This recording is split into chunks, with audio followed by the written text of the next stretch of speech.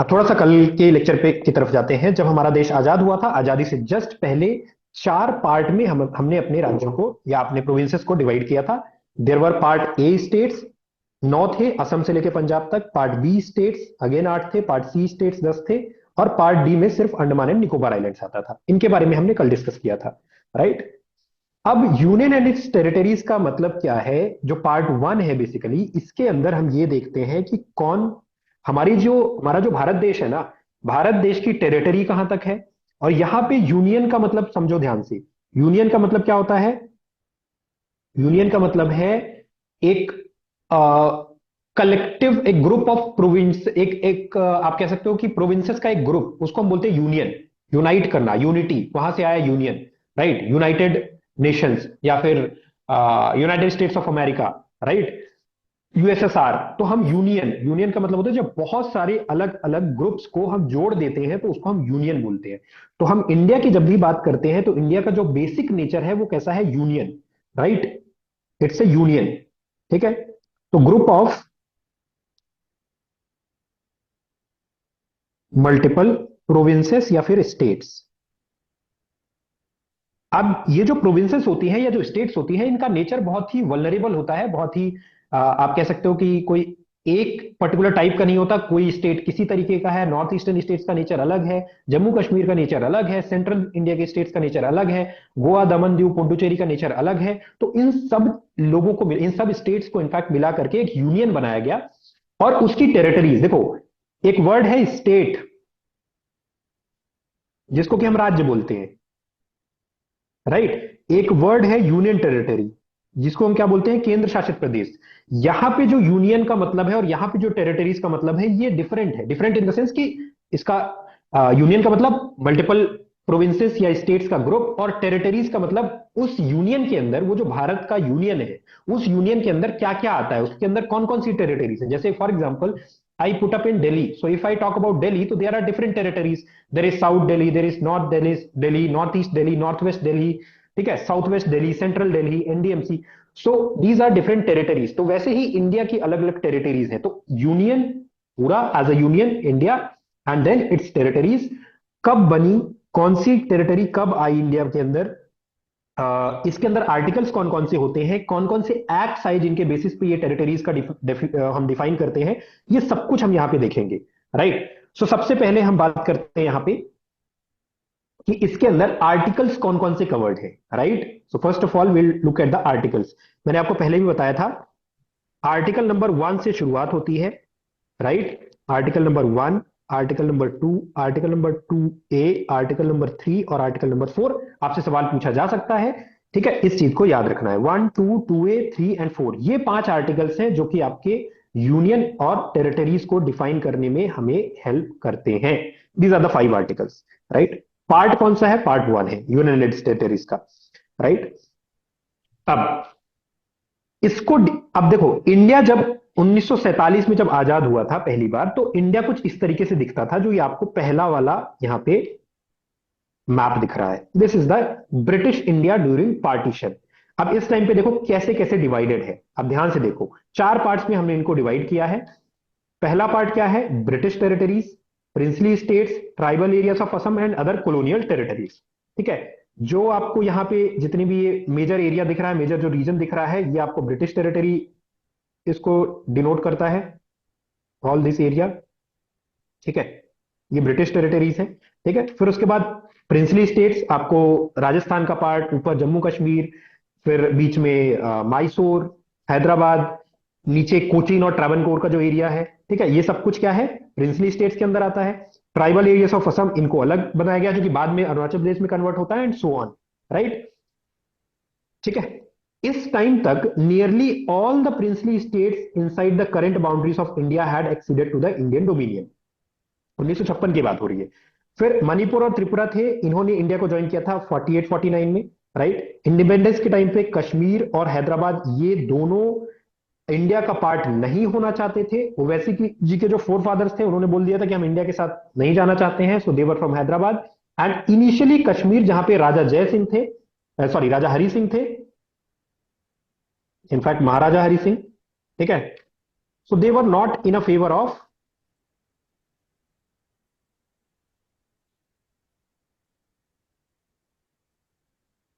Not in favour of joining India, right? ठीक है, same goes with western part of India.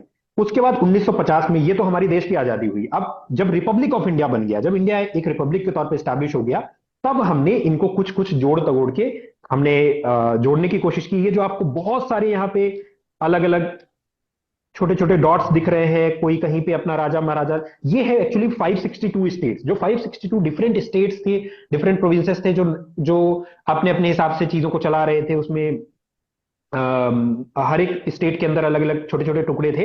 वो सब 1947 में एग्जिस्ट करते थे। जब हम 1950 में पहुंचे, तब तक सरदार वल्लभ भाई पटेल जी ने काफी अच्छा काम कर दिया था, और उसकी वजह से बहुत ही कम अब स्टेट्स या प्रोविंसेस ऐसे बचे थे जो कि इंडिया में शामिल नहीं हुए थे। ठीक है, तो तब तक हमने इंडिया को अगेन 4 पार्ट में डिवाइड किया: part A states, part B states, part C states and colonial territories, right? Part A के स्टेट्स कौन थे? Former British provinces. ये हमने कल भी देखा था, इसको एक बार जल्दी से आज भी देख लेते हैं। Farmer British provinces ruled by an elected governor and state legislature. ऐसे रीजन्स को हम क्या बोल रहे थे? ऐसे रीजन्स को हम बोल रहे थे पार्ट ए स्टेट्स। फिर पार्ट बी स्टेट्स के अंदर क्या आता था? Former princely states governed by a Rajpramukh who was appointed by the president.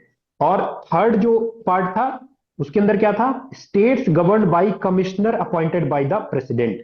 ठीक है, तो ये 3 पार्ट में थे। और चौथा जो था, वो हालांकि वो कोई पार्ट नहीं था, पार्ट डी हम उसको बोल देते हैं, but Andaman and Nicobar was kind of part D, वहां पे क्योंकि लेफ्टिनेंट गवर्नर का राज था। ये जो आपको दिख रहा है, राइट? यहां पे जो बाउंड्रीज थी 4 टेरिटरीज की, किसकी? Orissa, Mizoram, Tripura and Andaman and Nicobar islands. ये आज तक सेम है। ये 4 ऐसी टेरिटरीज है, इस चीज को ध्यान रखना। सवाल अगेन पूछा जा सकता है आपसे। Sir there are 4 territory. हाँ जी। सर पार्ट ए और पार्ट बी में सर लेफ्टिनेंट गवर्नर का रास्ता। पार्ट ए और पार्ट बी में लेफ्टिनेंट गवर्नर का कोई रोल नहीं है। No role of lieutenant governor in part A and part B. और फिर सर ठीक कितने है, राज्य है सर लेफ्टिनेंट गवर्नर का। देखो फिर से बताता हूं, कंफ्यूज नहीं होना है। 4 पार्ट में हमने डिवाइड किया था अपने स्टेट्स को। पार्ट ए स्टेट्स वो थे जिनको ब्रिटिशर्स कंट्रोल करते थे, राइट? जो कि ये बड़े एरिया में आपको दिख रहा है। ये यूपी हो गया, बिहार हो गया, वेस्ट बंगाल हो गया, ठीक है, सीपी हो गया, राइट? फिर उड़ीसा हो गया, इधर मद्रास हो गया, इधर बॉम्बे हो गया। ये सब किसके अंदर आते थे? देवर पार्ट ए स्टेट्स। उसके बाद पार्ट बी के अंदर क्या आ रहा है? पार्ट बी के अंदर जिसको राज प्रमुख, जैसे महाराजा हरि सिंह, ठीक है, जैसे कि आपका ये हैदराबाद में निजाम्स, राइट? जैसे कि जयपुर और जो rest of the surrounding area of Rajasthan है, वहां पे अलग अलग राजा थे, महाराजा थे। ठीक है, तो ये आपको पार्ट बी के अंदर आते हैं, ये वाला रीजन। ठीक है, इसके अंदर क्या था? राज प्रमुख। राज प्रमुख का मतलब महाराजा, राजा, ये लोग निजाम, ये लोग रूल करते थे। इनको ब्रिटिशर्स रूल नहीं करते थे। Got it? Yes sir. और पार्ट सी स्टेट्स क्या थे? पार्ट सी में कमिश्नर जो कि अपॉइंट किया जाता था प्रेसिडेंट के द्वारा, वो रूल करता था। ठीक है, तो उनको पार्ट सी स्टेट्स बोलते थे। कुछ कुछ जगह पे थे, जैसे हिमाचल प्रदेश का कुछ एरिया, ठीक है, यहाँ पे भोपाल हो गया, फिर जूनागढ़ वगैरह हो गया, कच्छ का एरिया जो हो गया, ठीक है। तो इधर नागालैंड, मिजोरम साइड, त्रिपुरा, तो इन एरियाज में पार्ट सी स्टेट्स थे। प्राइमरली पार्ट ए और पार्ट बी सबसे ज्यादा थे, सबसे बड़े थे। क्लियर है ये चीज? यस और नो? यस यहां तक सर। सबको क्लियर? ठीक है। तो यस ये सर। था 1950 की कहानी। अब हम आगे बढ़े फिर थोड़ा सा, राइट? अब 1956 में देखो क्या हो गया। 1956, 1956 में लिंग्विस्टिक रीऑर्गेनाइजेशन एक बार हो चुका था। लैंग्वेज के बेस में हमारे देश का रीऑर्गेनाइजेशन हो चुका था। पहला राज्य जो कि आंध्र प्रदेश था, वो लिंग्विस्टिक बेसिस पे हमने क्रिएट कर दिया था, राइट? सो अब यहां पे क्या था, देखो फिर से यहां पे लिखा हुआ है, states marked in yellow have had the same boundaries since then. चाहे वो राजस्थान हो, चाहे वो वेस्ट बंगाल हो, चाहे वो यहाँ पे त्रिपुरा एंड मणिपुर हो, यहाँ पे उड़ीसा हो, कर्नाटका, देन तमिलनाडु एंड केरला, अपने क्रिएशन के बाद इनकी बाउंड्री सेम रही है। ठीक है, राइट? अब तक गोवा नहीं बना था, पौंडीचेरी नहीं बना था, सिक्किम नहीं बना था। Right? Please mute yourself, Harshita Yadav and Ananta. Harshita and Ananta. ठीक है। राइट? अच्छा, इस टाइम तक 1956 तक, क्योंकि गोवा तो बाद में आया। राइट? 61 62, फिर पौंडीचेरी ये भी बाद में, सिक्किम 71 72 75 इनफैक्ट। राइट? तो तब तक इनकी बाउंड्रीज स्टैब्लिश नहीं हुई थी, बाकी रेस्ट ऑफ द इंडिया की लगभग बाउंड्री स्टैब्लिश हो चुकी थी already. Right? Second, state reorganisation committee ने, एसआरसी जिसको बोलते हैं, जिसने कि ये बोला था कि जो बॉम्बे स्टेट है उसको एक बाइलिंगुअल स्टेट बनाए रखेंगे, यानी वहां पे मराठी और गुजराती दोनों भाषा बोलने वाले लोग को एग्जिस्ट करेंगे। वो ऐसा हो नहीं पाया। ठीक है? बाद में फिर उसको हमें बाइफरकेट करने पड़ा। गुजराती बोलने वाले जो रीजन था उसको हमने अलग स्टेट बनाया गुजरात के नाम से, मराठी वाले को महाराष्ट्र के नाम से अलग बनाया। ठीक है? और इस टाइम तक, ये 1956 की कहानी है, अंडमान एंड निकोबार आइलैंड्स, लक्षद्वीप, दिल्ली, मणिपुर, त्रिपुरा, ये क्लासिफाई किए गए थे कैसे? यूनियन टेरिटरीज के तौर पे, कि they will be union territories, they will not be considered as a separate state. ठीक है? So this was the story. Right? This was the story till 1956। ठीक है? अब आगे की कहानी देखते हैं। स्टेट्स रीऑर्गेनाइजेशन एक्ट आया कब? 1956 में। काफी इंपॉर्टेंट एक्ट है, स्टेट्स रीऑर्गेनाइजेशन एक्ट। हालांकि इस पे काम बहुत पहले से शुरू हो गया था, लेकिन इसको फाइनली हमने 1956 में इसको अडॉप्ट किया, इसको लागू किया। राइट? अब इस एक्ट को बनाने में तीन मेजर कमिटीज थी, इन कमिटीज को ध्यान रखना। पहली थी तीन मेजर कमीशन थे। Dhar commission,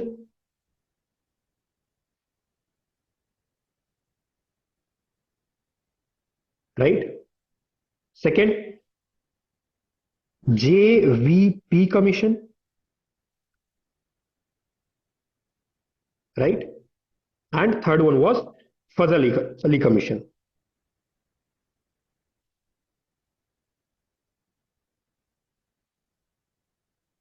Fazal Ali commission. Right? इन तीन कमीशन को बनाया गया। अब इनका मेन मुद्दा क्या था? मुद्दा ये था कि जब भारत देश आजाद हुआ तो उसके बाद हमारे देश में 562 अलग अलग, there were 562 different princely states and provinces. ठीक है? 562 डिफरेंट प्रोविंसेस। ठीक है? इनको हमने एक करके और एक भारत देश बनाया था, एक यूनियन बनाया था। So it was not so easy, it was very difficult in this very time कि हम चीजों को इतनी आसानी से कर पाए थे उस टाइम पे। राइट? आज की डेट में होता तो ये बहुत बहुत मुश्किल काम होता। Right? So states reorganisation act आया। ठीक है? अब 1956 का।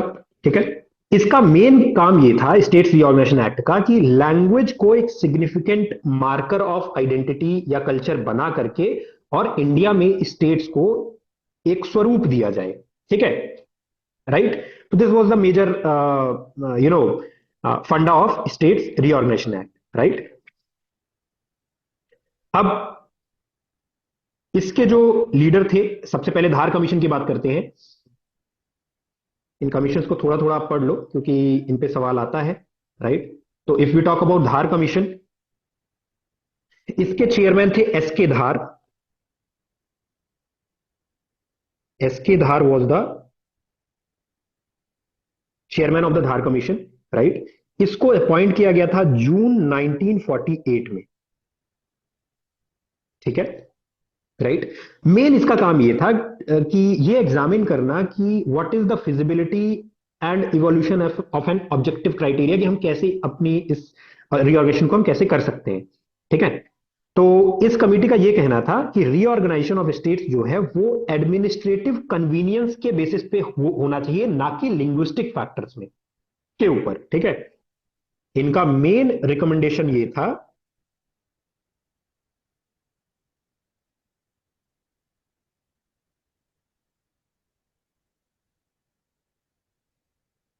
To reorganise the states on the basis of administrative convenience. मतलब कि ये कह रहे थे कि आप लैंग्वेज के बेसिस पे मत बनाइए स्टेट्स को, रादर देन जिस तरीके से हमें सरकार चलाने में जो तरीका सहूलियत प्रदान करे, या जिस तरीके से हम सरकार आसानी से चला पाए, एडमिनिस्ट्रेशन आसानी से चला पाए, ब्यूरोक्रेसी की आसानी हो, उस तरीके से हम इसको बनाएंगे। ठीक है, तो this was the rather than linguistic basis. Sir ji बताइए। सर सिक्किम पहले भारत का हिस्सा था 1950 से पहले।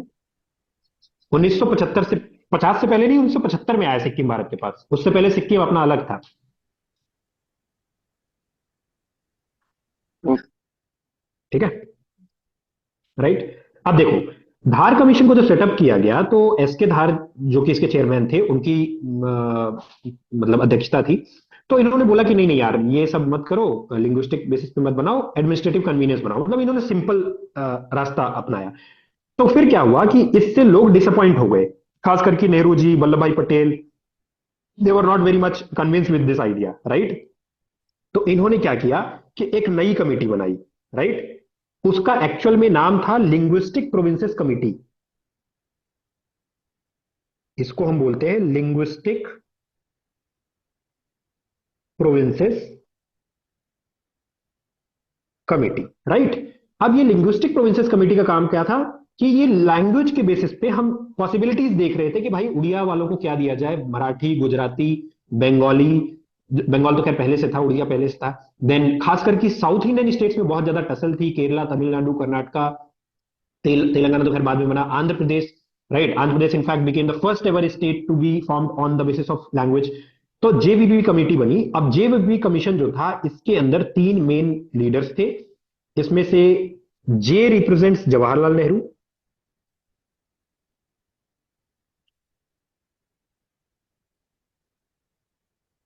Right. V represents Vallabh Bhai Patel. Actually में सरदार वल्लभ भाई पटेल है, but just for the convenience they called it as Vallabh Bhai Patel. And P represents Pattabhi Sitaramayya,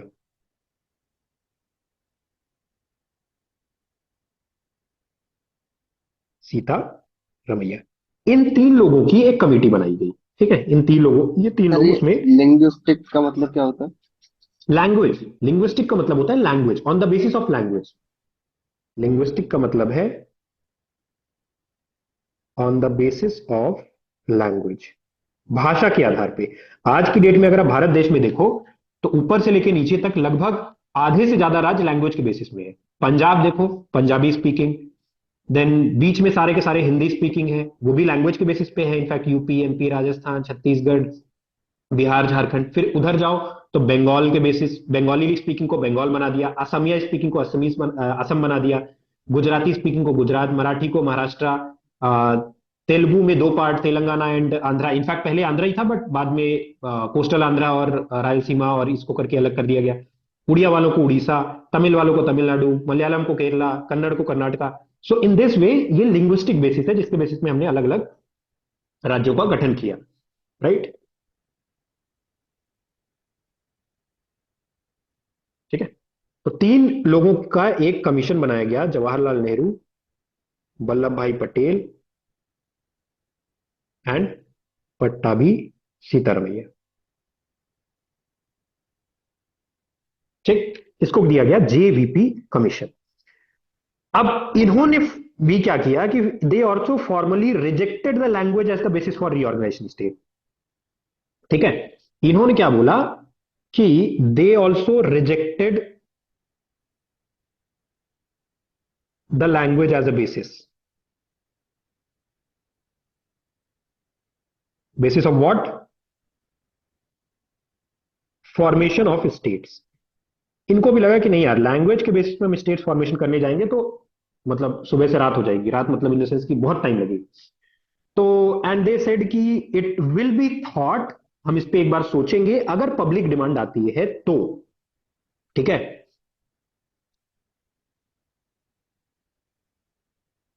it could be looked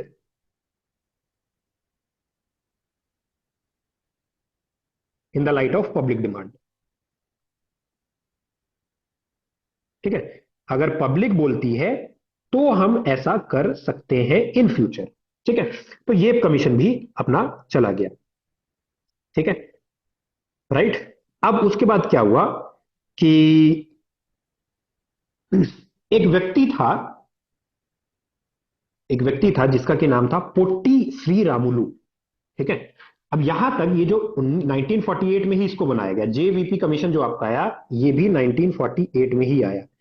इस जेवीपी कमीशन के फेलियर के बाद, फेलियर तो नहीं बोलेंगे, मतलब इसका जो सेटिस्फैक्टरी काम ना करने के बाद, या जो एक्चुअल में स्टेट रीऑर्गेनाइजेशन कमेटी थी वैसा कुछ फॉर्मेशन ना होने के बाद, क्या किया गया कि इन्होंने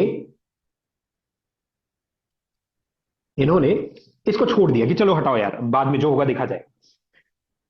तो कायदे से देखा जाए तो स्टेट रीऑर्गेनाइजेशन कमीशन कभी बनना ही नहीं चाहिए था, राइट। लेकिन क्या हुआ, एक व्यक्ति था जिसका कि नाम था पोट्टी श्री रामुलु।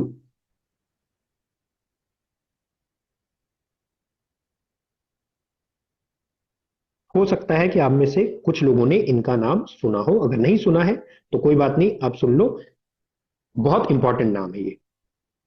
आज की डेट में जितने राज्य आपको देश में देखने को मिल रहे हैं, उन सभी राज्यों के फॉर्मेशन में की शुरुआत यहीं से हुई थी। So there was this person, right.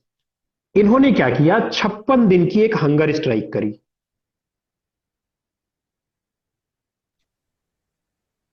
56 days of hunger strike, right. और इनका यह कहना था, this hunger strike was basically inside the state of Andhra प्रदेश।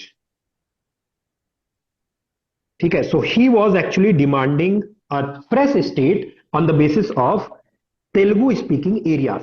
तो पहले क्या हुआ करता था कि जो हमारा आंध्र प्रदेश है आज की डेट में, इंक्लूडिंग तेलंगाना, अभी आंध्र और तेलंगाना को आप एक साथ लेकर के चलना क्योंकि 2014 में अलग हुए, तो Andhra Pradesh was basically the part of Madras.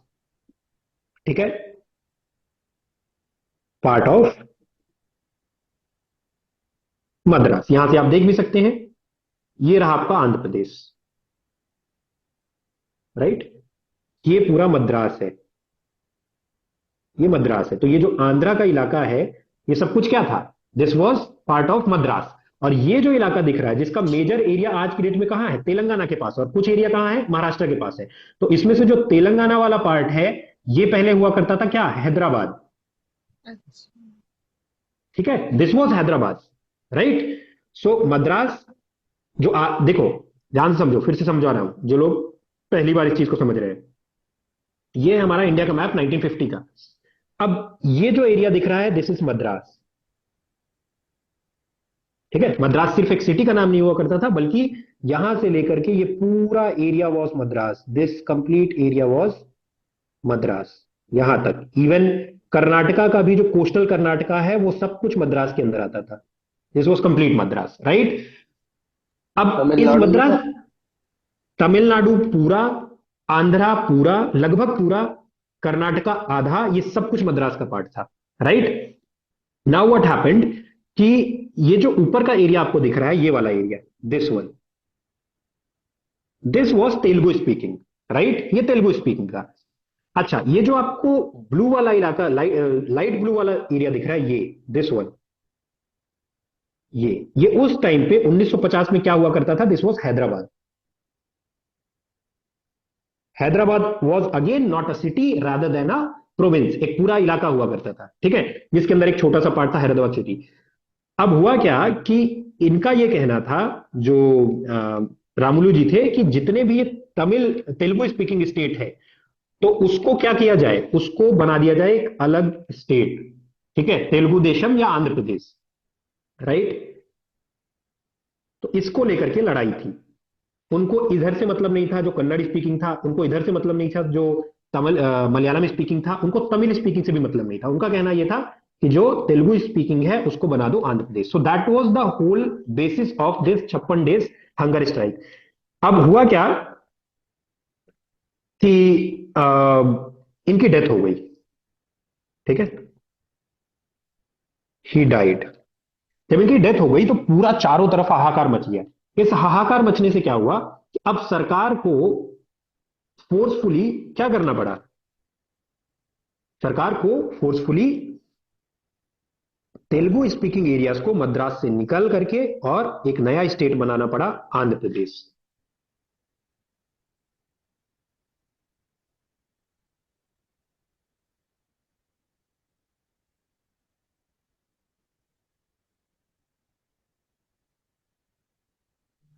Right. Sir इनकी डेथ जो हुई थी वो भूख की हंगर स्ट्राइक की वजह से हुई थी या कोई और कारण है? Hunger strike. ओके। तो सर किस डेट की, डेट में, किस डेट में? डेट इज नॉट इंपॉर्टेंट और उतना याद रखने की जरूरत भी नहीं है, डेट अगर आप चाहोगे तो गूगल में मिल जाएगा। ठीक है।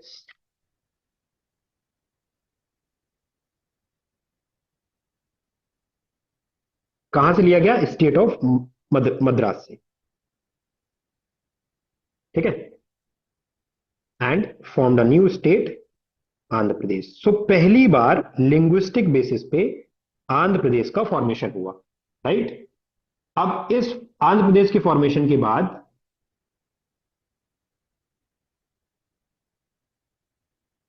ये मैप समझ में आया ना? क्या कहां पे मद्रास था, कहां पे हैदराबाद था, कहां पे आंध्रा था, कहां पे केरला और कर्नाटका थे। Yes sir. Right. Yes sir. ठीक है। अब एक स्टेट तो बन गया, तो ये वही वाली कहानी होती है कि भाई अगर हमको, जैसे आज की डेट में क्या है, हम ये आरक्षण देते हैं। राइट। तो इनिशियल डेज में तो आरक्षण बहुत सही कारणों से दिया गया था, सब कुछ बहुत बढ़िया था। आज की डेट में आप देखोगे तो कई बार आपको ऐसा लगेगा कि बहुत ही अनजस्ट डिमांड फॉर आरक्षण होती है। कई बार रेल की पटरियों में कोई आ जाता है, कई बार कुछ हो जाता है। No offence to any community obviously, but as a whole, as a nation अगर आप देखोगे तो पहले एक कम्युनिटी बोलती है हमें आरक्षण चाहिए, फिर दूसरी कम्युनिटी बोलती है हमें आरक्षण चाहिए, फिर तीसरी चौथी करके करके आज की डेट में सैकड़ों हजारों ऐसी कम्युनिटीज हैं जो आरक्षण में आती हैं, और हजारों ऐसी कम्युनिटी है जो अपने आप को रिजर्वेशन के अंदर लाना चाहती है। कोई कहता है हमें एससी का रिजर्वेशन चाहिए, कोई ओबीसी का चाहिए, किसी को एसटी का चाहिए, किसी को कहीं, किसी को कहीं। तो ये डिमांड जो है, ये डिमांड बंद नहीं होती है कहीं भी। और इनफैक्ट जो सेपरेट स्टेट के फॉर्मेशन की डिमांड है ना, वो आज भी चली आ रही है। आज भी इंडिया में अगर आप देखोगे तो सौराष्ट्र कहता है कि हमें अलग स्टेट दो। जो राजकोट वाला इलाका है गुजरात के अंदर, विदर्भ कहता है कि हमें अलग स्टेट हुड चाहिए। नागपुर वाला इलाका, एमपी के अंदर बुंदेलखंड की मांग है, बघेलखंड की मांग है। यूपी के अंदर 5 डिफरेंट स्टेट्स की मांग है। राजस्थान के अंदर स्टेट्स की मांग है। राइट। छत्तीसगढ़, बिहार के अंदर स्टेट्स की मांग है। तो different kinds of demands are there, but although इन डिमांड्स को लेकर के कोई बहुत ज्यादा सीरियस नहीं है। ठीक है। राजस्थान में डिमांड वगैरह ऐसा नहीं है। हाँ, राजस्थान में भी डिमांड है, लेकिन ऐसा कुछ होने वाला नहीं है इतना जल्दी, अनलेस एंड अनटिल कोई पॉलिटिशियन अपने पर्सनल फायदे के लिए, जैसे बीच में एक टाइम पे जब Mayawati was the chief minister of UP, तो दे वर डिमांडिंग कि 5 डिफरेंट पार्ट्स में डिवाइड कर दो, and they were even serious about the same. कई बार सुनने को मिलता था। ऑल्दो ये इतना आसान काम नहीं है, ये तो आपको मेजोरिटी चाहिए केंद्र में। But they were demanding 5 different parts. उसमें बुंदेलखंड था, उसमें पूर्वांचल था, उसमें अवध था, पश्चिमी उत्तर प्रदेश था, और एक और कोई पार्ट था। राइट। Yes sir. तब 22 सो में ये भी हो ये गया। मांग उठी थी। सॉरी। 22, हाँ ये उठती रहती है, ये मांग ऐसी है कि जब मर्जी तब उठती रहती है। चलो। अब उसके बाद क्या आया? States reorganisation commission. ठीक है। जिसको कि फजालील कमीशन भी बोलते हैं। तो इन्होंने क्या किया, सरकार ने, इसके बाद ये जो अपना आंध्रा का क्रिएशन हुआ, आंध्रा के क्रिएशन के बाद या आंध्रा के क्रिएशन के दौरान ही in fact, right, there was a new commission जिसको कि स्टेट्स रीऑर्गेनाइजेशन कमीशन भी बोलते हैं हम लोग।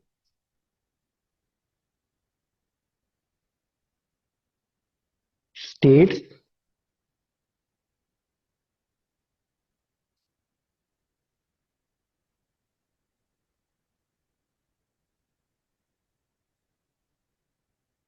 Reorganisation commission. राइट। अब ये जो स्टेट्स रीऑर्गेनाइजेशन कमीशन है, इसने क्या किया, इसके अंदर 3 मेंबर्स रखे गए। There were 3 members. Right. This was a 3 member commission.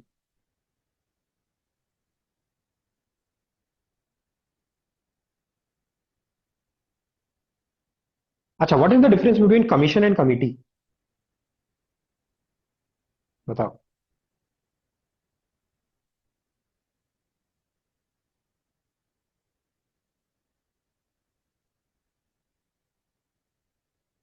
Commission और कमेटी के बीच में क्या डिफरेंस होता है? सर कमेटी शायद सुप्रीम कोर्ट के या कोर्ट के ऑर्डर पे होती है, और कमीशन गवर्नमेंट का, लेजिस्लेचर। बिल्कुल। Committee and commission, right. इन दोनों में क्या डिफरेंस होता है? तो जो कमिटी होती है ना, ये इंटरनल रेगुलेशन का पार्ट है। किसी भी लेजिस्लेचर के अंदर अगर कोई चेंज लाना है तो उसमें लेजिस्लेचर उसको अपॉइंट करता है इंटरनली, उसको कमिटी बोलते हैं। और कमीशन एक्सटर्नल है, राइट। ये क्या है? इंटरनल रेगुलेशन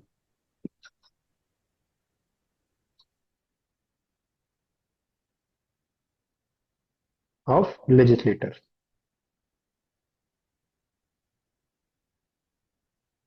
ठीक है, तो मान लो कोई कानूनी प्रक्रिया को पढ़ने के लिए, स्टडी करने के लिए कोई किसी को अपॉइंट करना है तो हम कमिटी अपॉइंट करते हैं, राइट। और ये क्या है? ये एक एक्सटर्नल रिव्यू प्रोसेस है।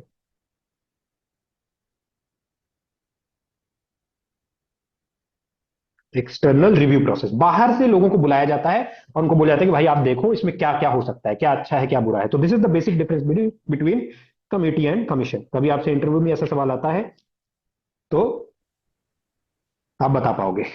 ठीक है, इनफैक्ट ऐसे सवाल आप सीडीएस में भी एक्सपेक्ट कर सकते हो, राइट। तो स्टेट्स रीऑर्गेनाइजेशन कमीशन आया, ये कब स्टैब्लिश किया गया? 1953 में, 1953 में इसको स्टैब्लिश किया गया। ये क्यों स्टैब्लिश किया गया? ये स्टैब्लिश किया गया to reexamine the whole question of creation of Andhra Pradesh. ठीक है,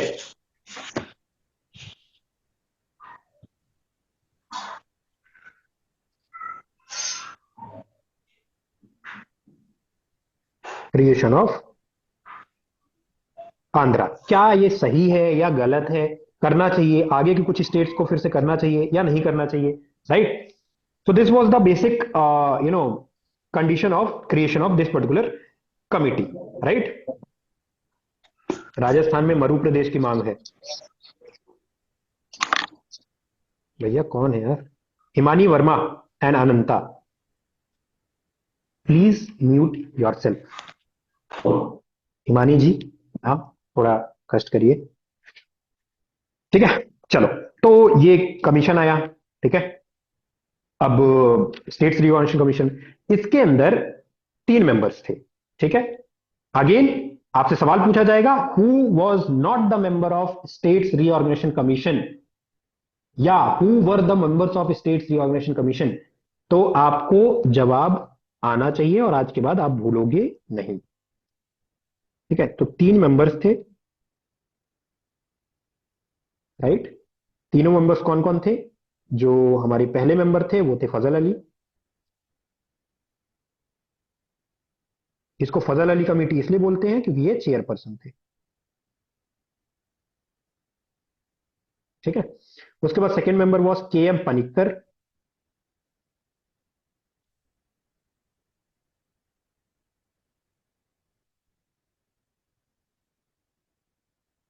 and third one was H N Kunzru.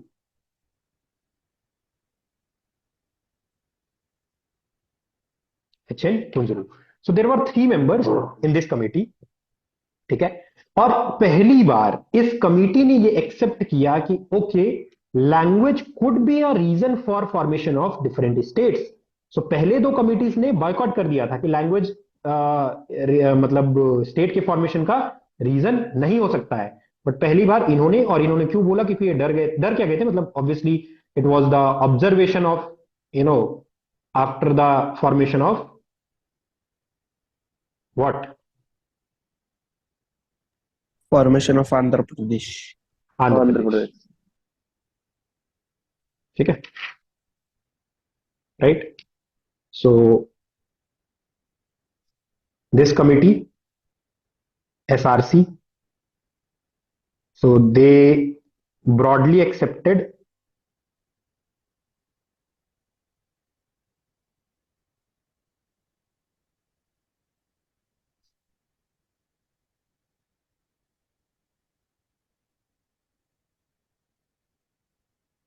as a basis of formation of states.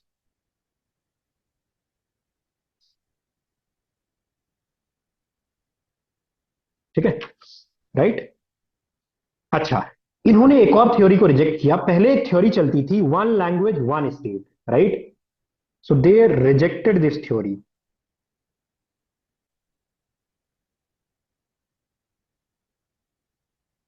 Theory of one language one state. जैसे कि आज की डेट में अगर आप देखो तो मराठी बोलने वाले दो प्रोमिनेंट स्टेट्स हैं, कौन कौन से? So Maharashtra and Goa. Maharashtra and Goa. Telugu वाले दे बोलने वाले अगेन दो स्टेट्स हैं, Andhra and Telangana, Telangana. Right. So इस तरीके से इन्होंने इस थ्योरी को रिजेक्ट कर दिया। हिंदी वाले मल्टीपल हैं ऑब्वियसली, बंगाल वाले मल्टीपल हैं, त्रिपुरा में भी बंगाली बोली जाती है, असम में भी बंगाली बोली जाती है, वेस्ट बंगाल तो है ही, ठीक है। So they rejected this theory, right. And there were four different factors जो कि इन्होंने मतलब इस डिस्क को आइडेंटिफाई किया कि हम चार फैक्टर्स के ऊपर किसी भी स्टेट्स का फॉर्मेशन हम लोग कर सकते हैं, ठीक है। There were four factors. चारों फैक्टर्स को हम थोड़ा सा देख लेते हैं लाइटली, राइट। पहला फैक्टर जो था इनके हिसाब say that was integrity, unity and security of the country. कि किसी भी, आज भी अगर स्टेट्स रिऑर्गेनाइजेशन कमीशन की हम बात करें, जो कि तेलंगाना को जिसने बनाया, मतलब तेलंगाना भी हमारा बना 2014 में, आगे चल करके और भी स्टेट्स बन सकते हैं। तो जब भी किसी स्टेट्स का फॉर्मेशन होगा तो हम इन चारों फैक्टर्स को जरूर ध्यान में रखेंगे। पहला क्या? यूनिटी और security of the country strengthen होनी चाहिए उससे, और प्रिजर्व रहनी चाहिए, उसमें कोई भी दाग नहीं आना चाहिए। दूसरा, लिंग्विस्टिक और cultural homogeneity, linguistic and cultural homogeneity, right. Third जो इंपॉर्टेंट पॉइंट है वो है financial, economic and administrative things, कि फाइनेंशियल बर्डन नहीं आना चाहिए उसको बनाने से, ठीक है। इकोनॉमिकली वो वायबल होना चाहिए। जैसे कि जब आपके इसका फॉर्मेशन हुआ झारखंड का, राइट, तो झारखंड का formation was economically very much viable. उसके फॉर्मेशन के बाद इनफैक्ट बेचारा बिहार ही गरीब हो गया, पहले ही गरीब था और गरीब हो गया, ठीक है। क्योंकि जितना भी माइंस थी, जितनी भी मिनरल्स थी, वो सारा का सारा कहाँ आ गया? झारखंड के अंदर। तो economically it was same goes with Chhattisgarh. Chhattisgarh हालांकि it was the basis was tribal, एक तो पॉपुलेशन को कंसिडर किया गया था, mainly the population tribal in Chhattisgarh. लेकिन वहां पे रिसोर्सेस हैं, वहां पे माइंस भी हैं, वहां पे अलग अलग और भी रिसोर्सेस हैं। So financial, economic and administrative consideration.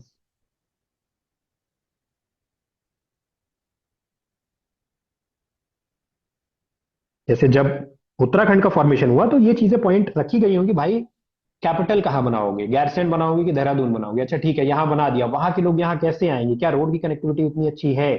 ठीक है, क्या ऐसा तो नहीं होगा कि ये कट ऑफ हो जाएगा? अच्छा, दूसरी चीज, सबसे इंपॉर्टेंट चीज, क्या ये स्टेट खुद ब खुद अपने पैरों में खड़ा हो पाएगा कि नहीं? राइट, इसको हम नया घर एक दे रहे हैं, तो क्या इसकी इकोनॉमिकली इतनी वायबिलिटी बनेगी कि खुद से खुद को संभाल पाए? तो जाहिर सी बात है, उत्तराखंड जैसे देशों प्रदेश की अगर हम बात करेंगे तो वहां पे तो थिंग्स आर वेरी गुड, ठीक है। And the fourth point was the last point, planning and promotion of the state, ठीक है। प्लानिंग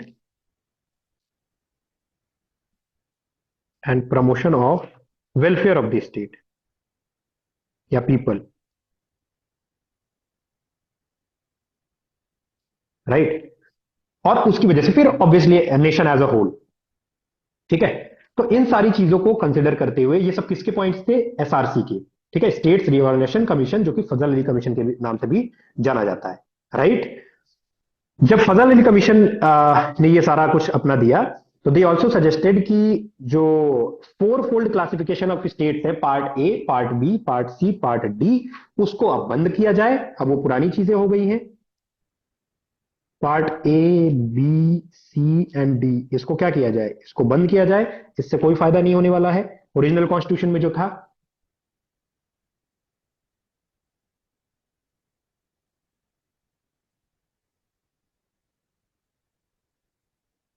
ठीक है। इसके अलावा उन्होंने बोला कि 16 स्टेट्स और 3 सेंट्रली एडमिनिस्टर्ड टेरिटरीज का क्रिएशन किया जाए। 16 states initially and 3 centrally administered territories, जिनको कि हम यूनियन टेरिटरीज भी बोलते हैं। तो ये इस कमीशन की रिपोर्ट थी, राइट। ठीक है। अब ये जो फजल अली कमीशन थी, इसको क्या किया गया, इस फजल अली कमीशन को के जो जितने भी पॉइंट्स थे उन सारे पॉइंट्स को एक्सेप्ट कर लिया गया, राइट। फजल अली कमीशन के पॉइंट्स को एक्सेप्ट करने के बाद जो कुछ अपने पॉइंट्स जोड़े गए, ठीक है, और एक नया फिर से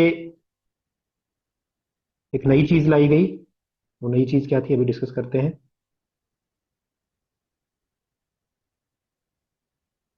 और भाई, हाँ, ये हो गया। अब इन्होंने ये लेकर के आए 7th constitutional amendment act of 1956 and state reorganisation act pass हुआ। ठीक है। अब ध्यान से समझना, यहां पे कंफ्यूज नहीं होना है। स्टेट्स रीऑर्गेनाइजेशन कमीशन को सेटअप किया गया 1953 में। जब कमीशन कोई सेटअप होता है तो उसको एक सर्टेन टाइम फ्रेम चाहिए होता है ताकि वो स्टडी कर पाए, अपनी चीजों को बता पाए। बताने के बाद जब उन्होंने सब कुछ सबमिट किया, सबमिट करने के बाद गवर्नमेंट ऑफ इंडिया ने क्या किया, एक्सेप्ट कर लिया फजल अली कमीशन के रिकमेंडेशंस को, right. So government of India accepted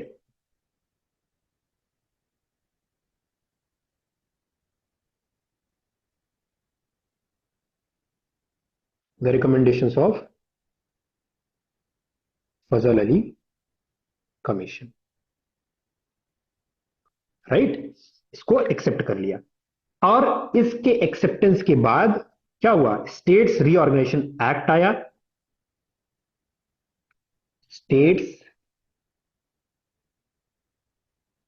reorganisation act आया। अब इस केस में एक चीज और आपको सीखने को मिलती है कि कोई भी काम करना होता है तो पहले बिल होता है, बिल जब पास होता है तो एक्ट बनता है, और बिल से पहले का जो स्टेज है वो कमीशन का स्टेज है। तो पहले कमीशन बनाया गया, कमीशन ने स्टडी किया, कमीशन ने बोला कि ऐसा करना चाहिए, तो इन्होंने एक बिल लेकर के आए ये पार्लियामेंट के अंदर। जब वो बिल दोनों हाउसेस से पास हुआ तो स्टेट्स रीऑर्गेनाइजेशन एक्ट बना 1956 का। जैसे कि आज की डेट में आप ही के सामने पिछले 5 सालों में आपने देखा, 5-7 सालों में आपने देखा होगा कि पहले सिटीजनशिप अमेंडमेंट बिल हुआ करता था। एक टाइम पे न्यूज चैनल्स पे जब डिस्कशन होता था तो सीएबी के नाम से उसको जाना जाता था, सिटीजनशिप अमेंडमेंट बिल। आज की डेट में वो सिटीजनशिप अमेंडमेंट एक्ट बन चुका है, राइट। तो जब वो पास होने के बाद वो एक्ट हो जाता है, राइट। तो states reorganisation act of 1956 and 7th constitutional amendment act.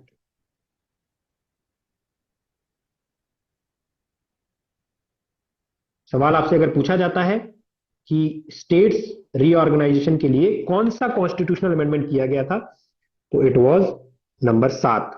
ठीक है। ये भी लाया गया 1956 में।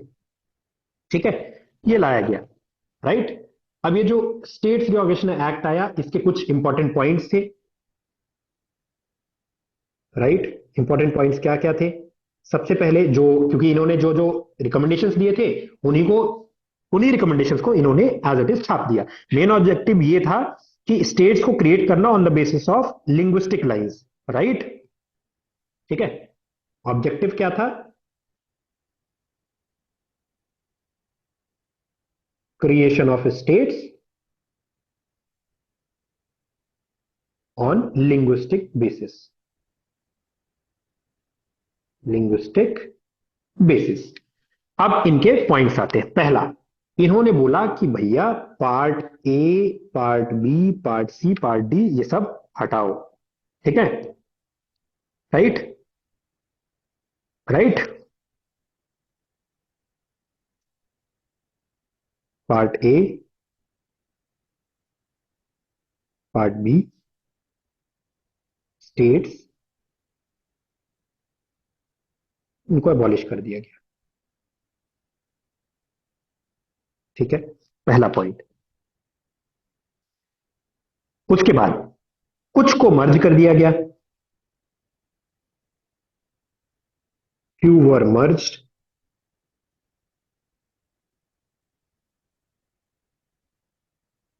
and few were created as union territories.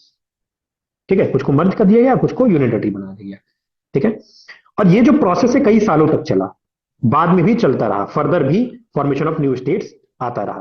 ठीक है, ये करते करते जब नए स्टेट्स बन गए तो इन्होंने क्या किया, 14 स्टेट्स और 6 यूनियन टेरिटरीज बनाई। कितने? 14 states and 6 union territories were created.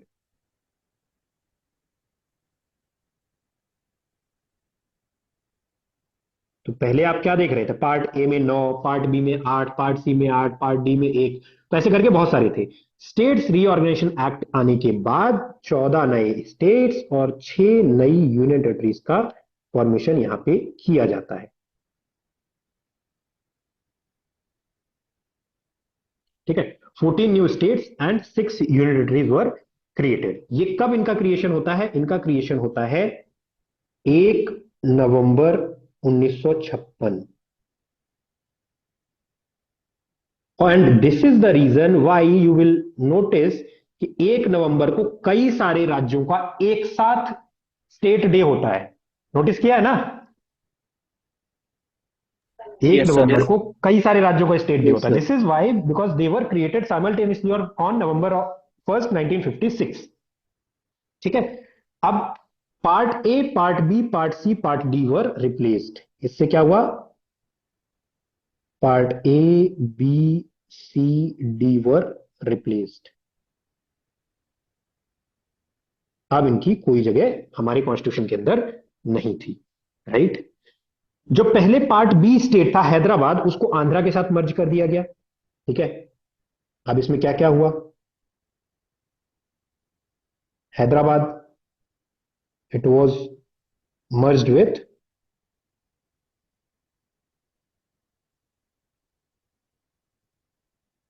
नीचे कर लेते हैं इसको,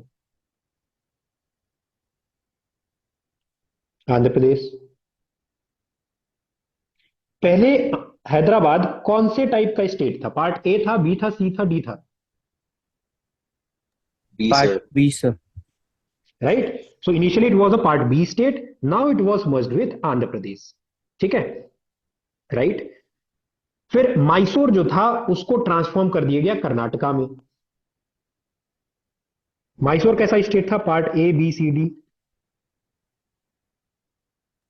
B, sir. Mysore princely state.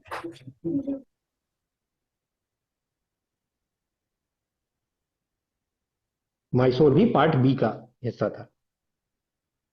ठीक है, ज्यादातर पार्ट बी वाले ही चेंज हुए थे, पार्ट ए वाले तो स्टेट्स ही बन गए थे एज इट इज। ठीक है, अच्छा, इसमें मैसूर को जब कर्नाटका बनाया गया तो इसमें कुछ टेरिटरीज ली गई थी। कहां से? मद्रास से, एंड कुछ टेरिटरीज ली गई थी बॉम्बे से। ठीक है, तो कुछ टेरिटरीज मद्रास से इन्होंने ली, कुछ टेरिटरीज बॉम्बे से ली। मैसूर अकेला पहले से था ही, अभी हम मैप में देखेंगे, डोंट वरी, तो मैप में आपको बहुत क्लियर हो जाएगा। ठीक है, फिर तीसरा क्या मर्जर हुआ यहां पे? Again very important point, potential question. ठीक है, मध्य भारत। अब देखो एक चीज आप समझना, आप थोड़ा सा कंफ्यूज यहां पे हो सकते हो, अभी मैप दिखाऊंगा तो आपको समझ में भी आ जाएगा। मध्य भारत, विंध्य प्रदेश, भोपाल, सेंट्रल प्रोविंस, ये सब अलग अलग थे। ठीक है, तो मध्य भारत को, विंध्य भारत को, राइट, भोपाल को, इन तीनों को एक प्रोविंस बना दिया गया और उसका नाम क्या हुआ?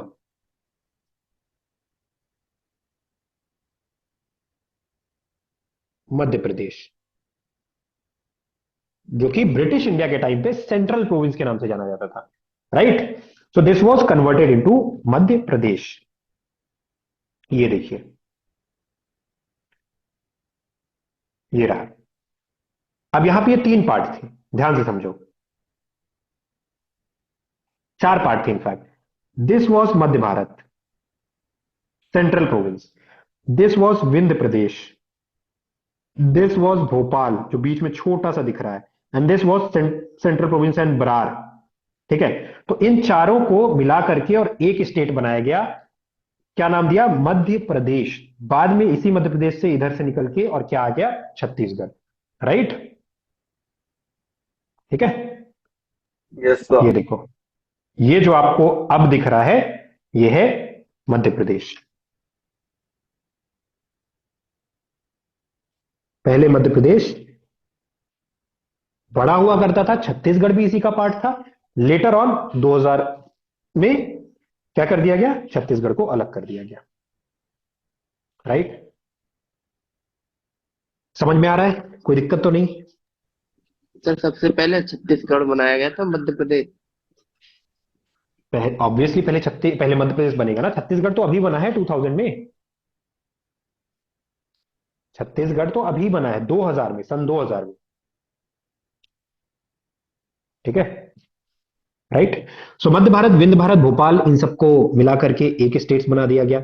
अच्छा, ऐसे स्टेट्स जिनकी कॉमन लिंग्विस्टिक आइडेंटिटी थी उनको रिटेन कर दिया गया। राइट, जैसे कि पहले एक पार्ट बी स्टेट था ट्रावनकोर कोचीन। ठीक है, तो ट्रावनकोर कोचीन को कहीं नहीं भेजा गया, क्योंकि ट्रावनकोर कोचीन के साथ अच्छी बात यह थी कि उस वहां पे वही लोग रहते थे जो कि सिर्फ और सिर्फ क्या करते थे? मलयालम बोलते थे। ठीक है, ट्रावनकोर कोचीन। राइट, तो ये एक स्टेट था। ठीक है, ये फॉर्मर पार्ट बी था। पहले क्या था? पार्ट बी था। राइट, तो इससे state of Kerala was carved out.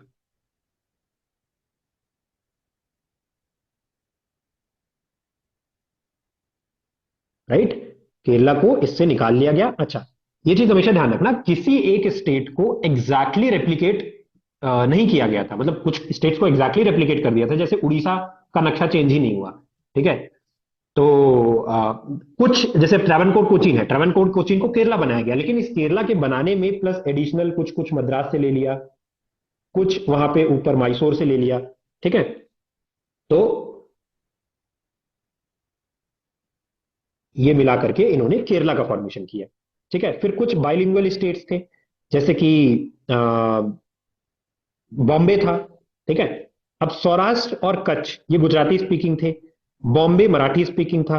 ठीक है, तो इन्होंने इसको मिला के, पहले गुजरात और महाराष्ट्र सब एक ही था। राइट, तो इन्होंने क्या किया? सौराष्ट्र प्लस कच्छ, ये दो टेरिटरीज थी। राइट, ये क्या था? गुजराती स्पीकिंग। ये गुजराती स्पीकिंग थी। राइट, और इनको मर्ज किया गया बॉम्बे के साथ। ठीक है, दे वर मर्ज्ड विथ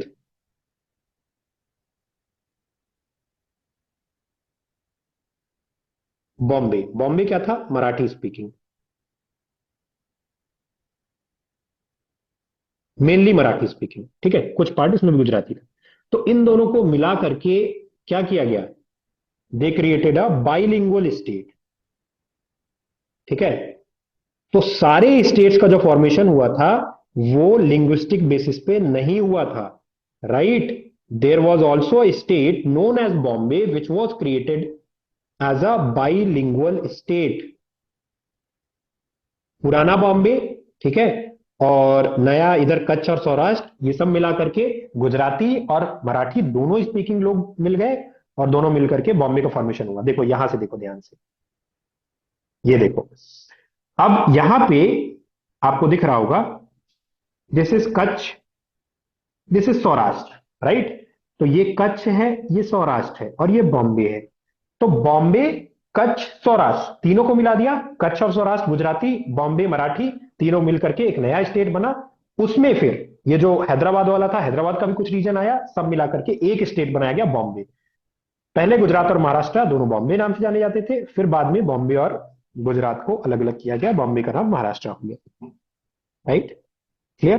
तो ये हुआ बाइलिंगुअल स्टेट का फॉर्मेशन। फिर यहां पे कल्चरल आइडेंटिटी को भी क्रिएट किया गया, मतलब प्रिजर्व करने का वो किया गया, जैसे कि लक्षद्वीप आइलैंड्स। ठीक है, तो इन्होंने क्या किया?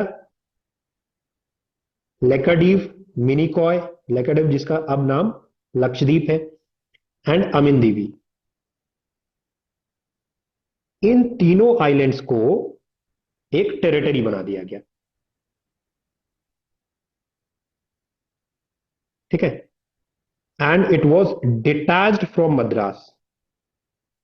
पहले ये मद्रास का ही पार्ट था, बाद में इसको डिटैच कर दिया गया मद्रास से। राइट? क्लियर है?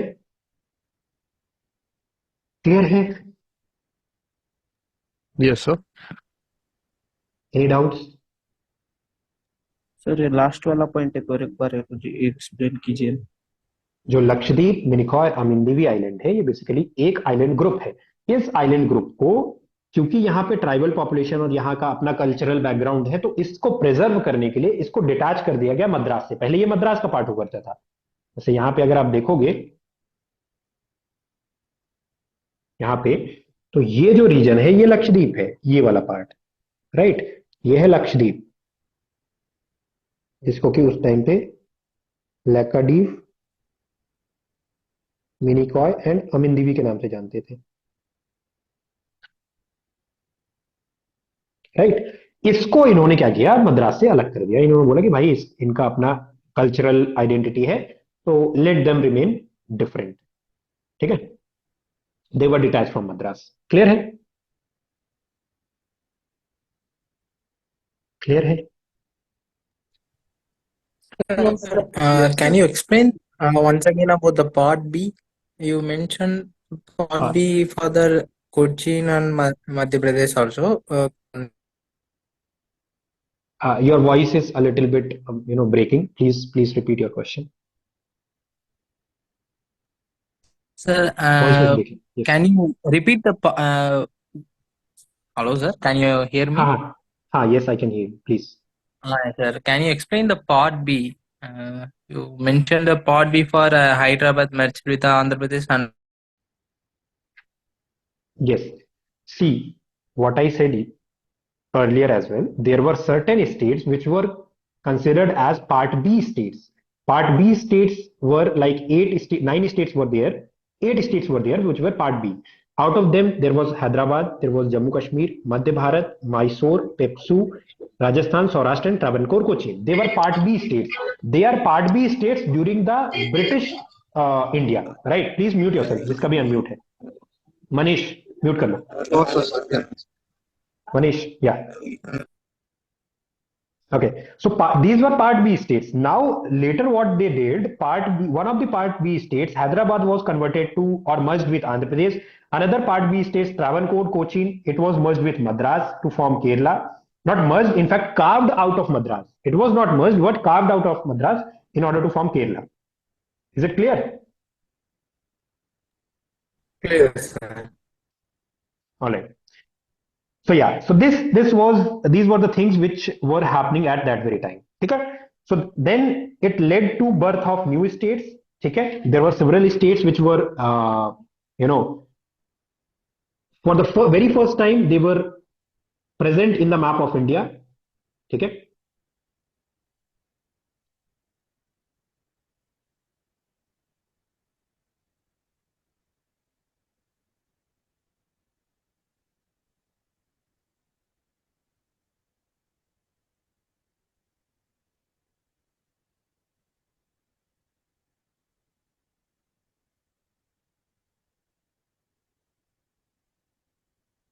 Just a second. That is hanging.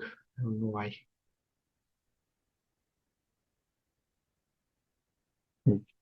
That's fine. Right? So birth of several new states were there.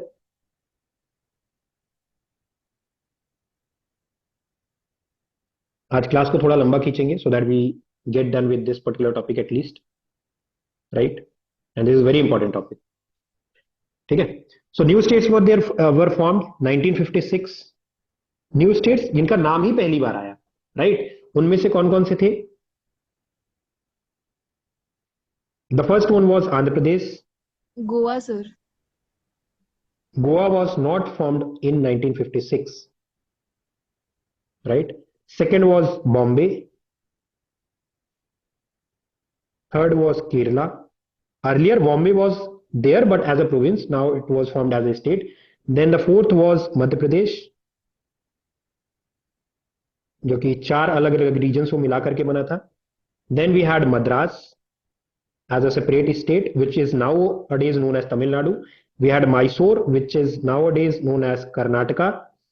We had Punjab, New Punjab, and we had Rajasthan. ठीक है. So these were the new states which were formed, right? ठीक है. Then parliament में भी अलग अलग reorganisation act के लिए टाइम टू टाइम इसको इनैक्ट किया गया. जैसे बॉम्बे रीऑर्गेनाइजेशन एक्ट 1960 में आया, पंजाब का 66 में आया, राइट, हिमाचल का 70 में आया, नॉर्थ ईस्ट का 71 में आया. ठीक है. Then later on for the other different states as well. ठीक है. So this is how it was done, right. Now let me show you some more pictures.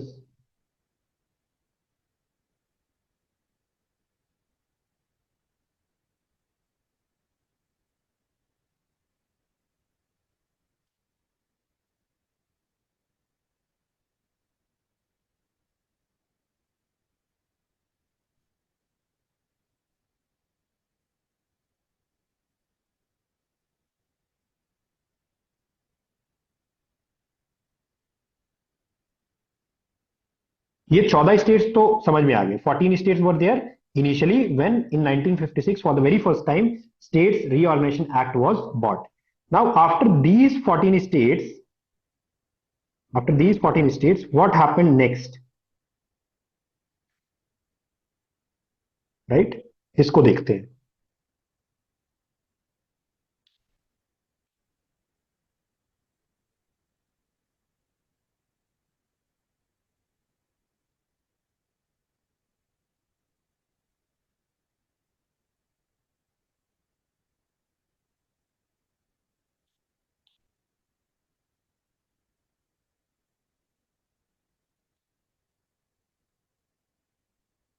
यहां तक any doubts to anyone?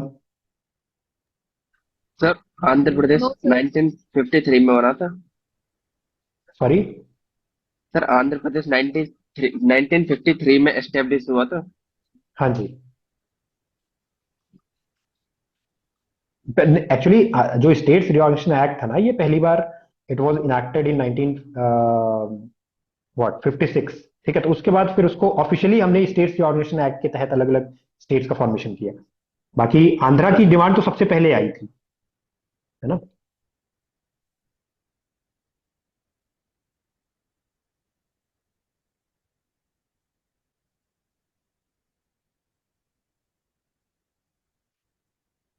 Okay.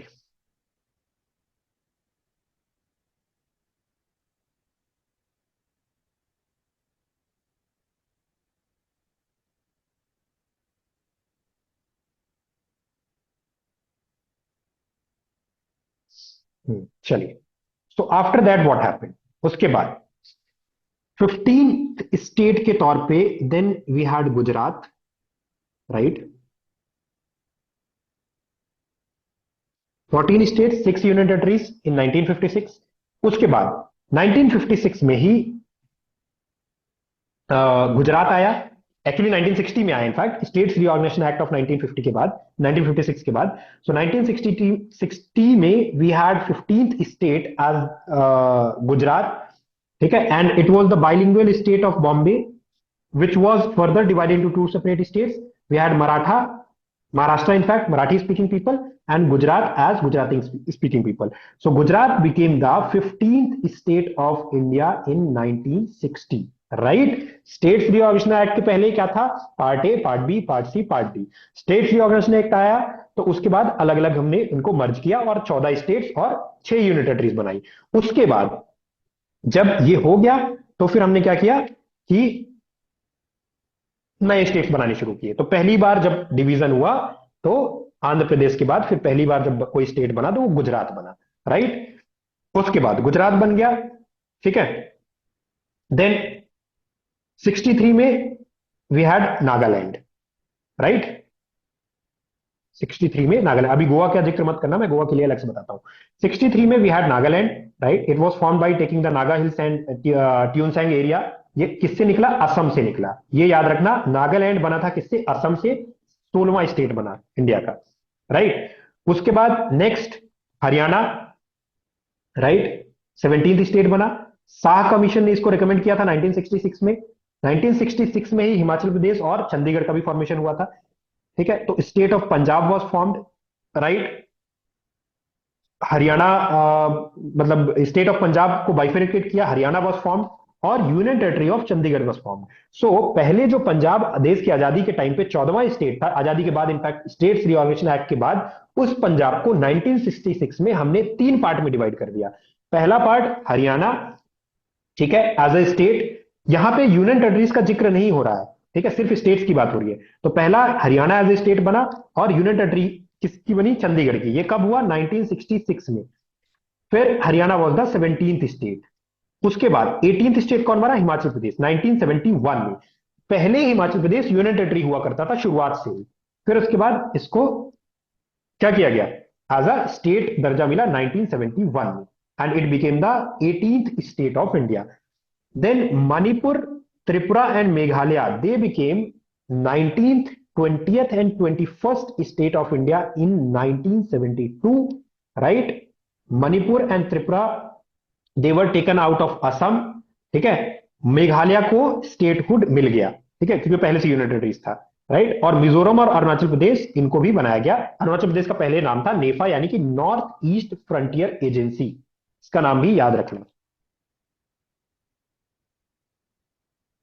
North east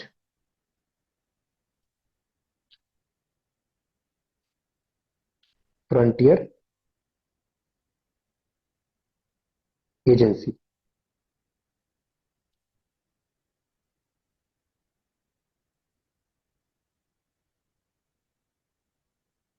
Arunachal Pradesh, ठीक है। तो ये सब कुछ कब हुआ? 1972 में। फिर 1975 में Sikkim became the 22nd state of India. सवाल आपसे यह भी पूछा जाता है, सीडीएस में पूछा जा सकता है कि कौन सा स्टेट कौन से नंबर का स्टेट था। यह सवाल सिक्किम वाला इनफैक्ट आ चुका है कि Sikkim became the part of India in 1975 and which state was it? 21st, 22nd, 23rd, 24th, इस टाइप से करके। तो Sikkim became the 22nd state of India in 1975। Sikkim की जो कहानी है बहुत इंटरेस्टिंग है। इसके ऊपर इनफैक्ट मैंने एक वीडियो भी बनाई थी इंस्टाग्राम पे, रील के फॉर्म पे, काफी पहले बनाई थी। So it was initially ruled by whom? Chogyal, right. इन 1947 जब ब्रिटिश पैरामाउंट सीज खत्म हो गई तो सिक्किम क्या बना? प्रोटेक्टोरेट ऑफ इंडिया, ठीक है। सिक्किम को प्रोटेक्शन देती थी इंडिया, राइट। जो इंडियन गवर्नमेंट थी उन्होंने, जैसे आज की डेट में भूटान है, भूटान को इंडिया प्रोटेक्शन देता है, राइट। सो उनके डिफेंस की, एक्सटर्नल अफेयर्स की, कम्युनिकेशंस की, इनकी सबकी रिस्पॉन्सिबिलिटी किसने ली? भारत सरकार ने ले ली। 35th कॉन्स्टिट्यूशनल अमेंडमेंट एक्ट आया 1974 में, और इसको पार्लियामेंट ने इनैक्ट किया। इस इनैक्टमेंट के बाद सिक्किम को status of associate state of Indian union देने का यहां पे प्रावधान लाया गया, ठीक है। एक आर्टिकल 2A आया, मैंने आपको बताया था, article number 1, article number 2, article number 2A, article number 3 and article number 4। ये 5 आर्टिकल्स है, या 4+1 आर्टिकल्स है, जो कि हमारे देश में यूनियन टेरिटरीज को डील करते हैं। उसमें से आर्टिकल नंबर 2A और नया शेड्यूल 10th शेड्यूल को इंसर्ट किया गया कॉन्स्टिट्यूशन ऑफ इंडिया में। ये चीज भी याद रखना, सवाल आपसे पूछा जा सकता है। When was article 2A inserted? When was 10th schedule inserted? ठीक है, तो they were inserted later on. Then 36 constitutional amendment act आया इन 1975 एंड सिक्किम को एक full fledged state of Indian union बना दिया गया 22nd स्टेट के तौर पे, ठीक है। इसके तहत 1st and 4th schedule of Indian constitution को अमेंड किया गया। आर्टिकल 371F लाया गया। 371F इज फॉर सिक्किम, ठीक है। स्पेशल प्रोविजन, ये भी हम लोग अच्छे से पढ़ेंगे कि जो article 360, 370, 371, 371A, 371B, C, D, E, F, G, ये सारे जो आर्टिकल्स हैं ये किन अलग अलग स्टेट्स के लिए? कौन असम के लिए, कौन नागालैंड के लिए, कौन हैदराबाद के लिए, कौन आंध्र प्रदेश के लिए, इनफैक्ट कौन जम्मू कश्मीर के लिए था, जो कि अब नहीं है। तो ये सारी चीजें we will study later on जब हम आर्टिकल्स पढ़ेंगे। एंड इसके तहत पार्ट आर्टिकल 2A और 10th शेड्यूल को रिपील किया गया। ठीक है, जब आर्टिकल 371 एफ लाया गया, पहले 2A और 10th शेड्यूल को लाया गया था, फिर आर्टिकल 371 एफ आया। अब सिक्किम की एक, ये तो सिक्किम की लेजिस्लेटिव कहानी है, सिक्किम कैसे आया इंडिया के अंदर। सिक्किम की एक और कहानी है कि इसको लाते टाइम रॉ का बहुत बड़ा रोल था, research and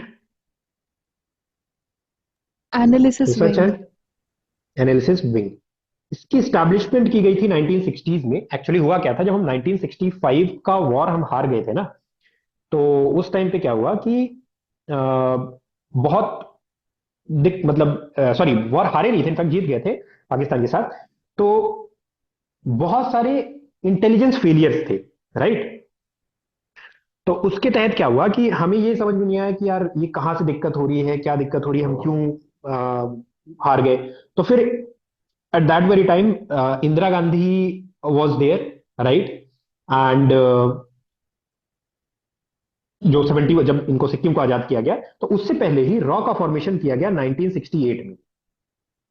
separate agency was created, ठीक है, 1968 में। And who was the first chief of raw?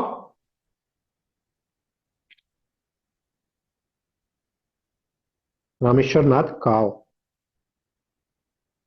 हाँ sir, RN Kao, very popular.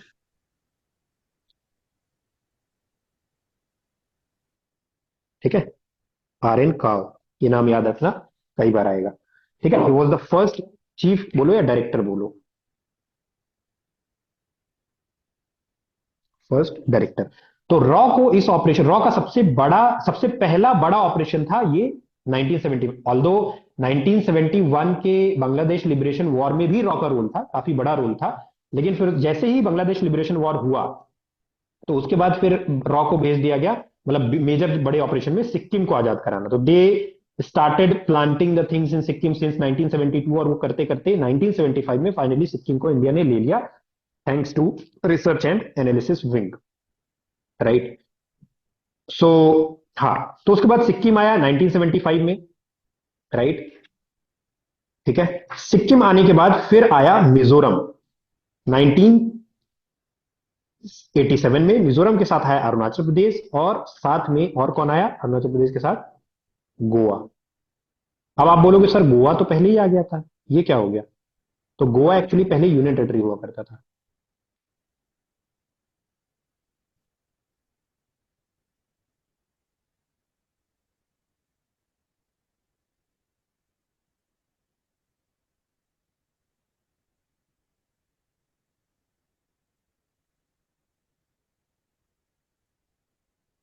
ओहो,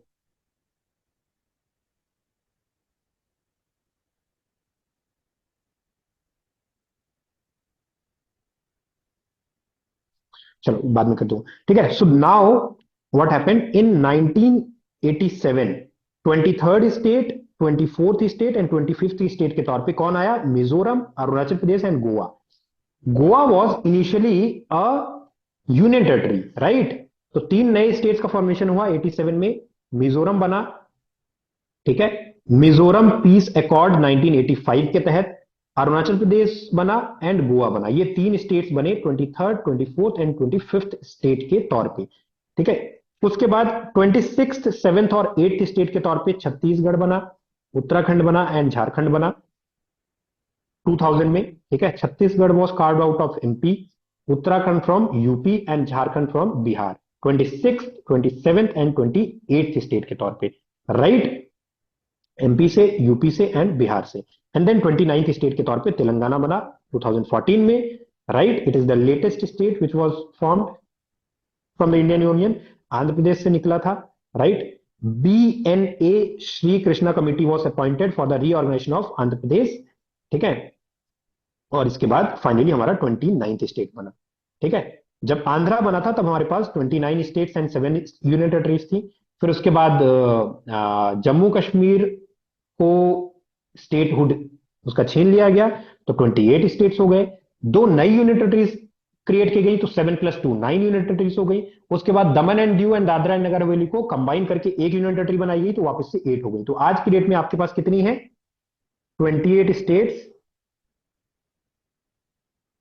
प्लस 8 यूनियन टेरिटरीज,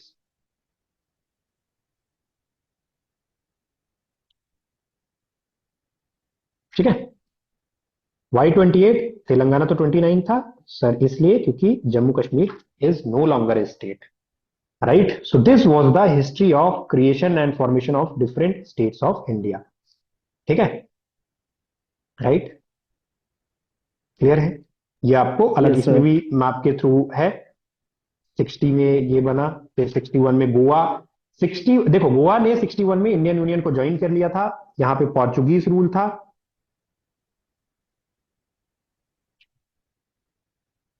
अर्लियर, ठीक है, राइट। लेकिन पहले यूनियन टेरिटरी हुआ करता था, 87 में स्टेटहुड मिला। पौंडीचेरी, इसको यूनियन टेरिटरी का दर्जा मिला कब, 1962 में। नागालैंड स्टेटहुड मिला कब, 63 में। 66 में पंजाब, हरियाणा और UTs of Himachal Pradesh and Chandigarh were created. बाद में फिर हिमाचल प्रदेश को भी स्टेटहुड मिल गया, राइट, क्लियर है। Yes sir. अब बताओ कोई दिक्कत, सारा कॉन्सेप्ट क्लियर हो गया, कौन सा स्टेट कब बना, कब फॉर्म हुआ, यस सर। ठीक है। Yes. Any doubts.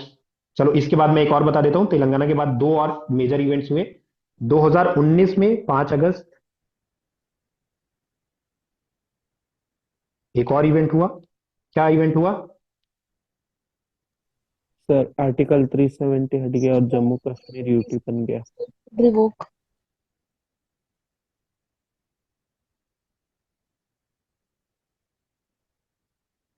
No longer a state, पहला।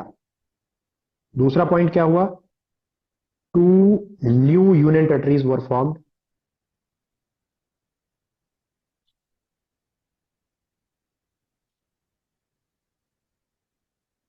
पहली यूनियन टेरिटरी थी जम्मू एंड कश्मीर और दूसरी यूनियन टेरिटरी थी लद्दाख, राइट। उसके बाद 2020 में क्या हुआ, एक और यहां पे और इवेंट हुआ,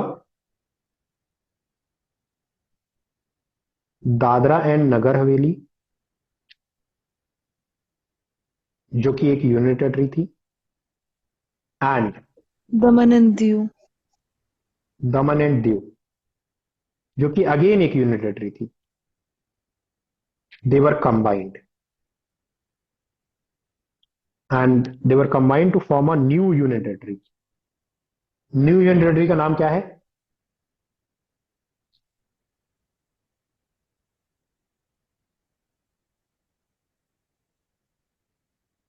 कुछ भी मेहनत नहीं की इन्होंने, चुपचाप दोनों को जोड़ दिया, Dadra and Nagar Haveli and Daman and Diu, right, clear है, क्लियर है, yes sir. Any doubts, yes sir. No sir. पक्का,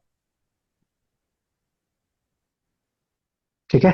सो this is the formation of different states different time पे। ये रही आपकी, यहाँ पे टाइमलाइन भी है आपके पास, राइट, और इसी टाइमलाइन के हिसाब से इन स्टेट्स का हमारे देश में फॉर्मेशन हुआ है, ठीक है। तो ये रहा हमारा part 1 of the constitution of India.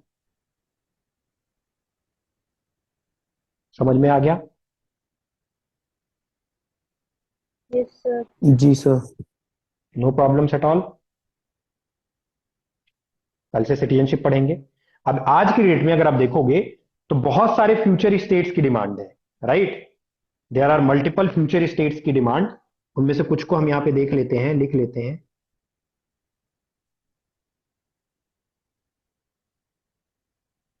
ठीक है, इसका कोई ऑफिशियल डेटा नहीं है, जैसे कि एक है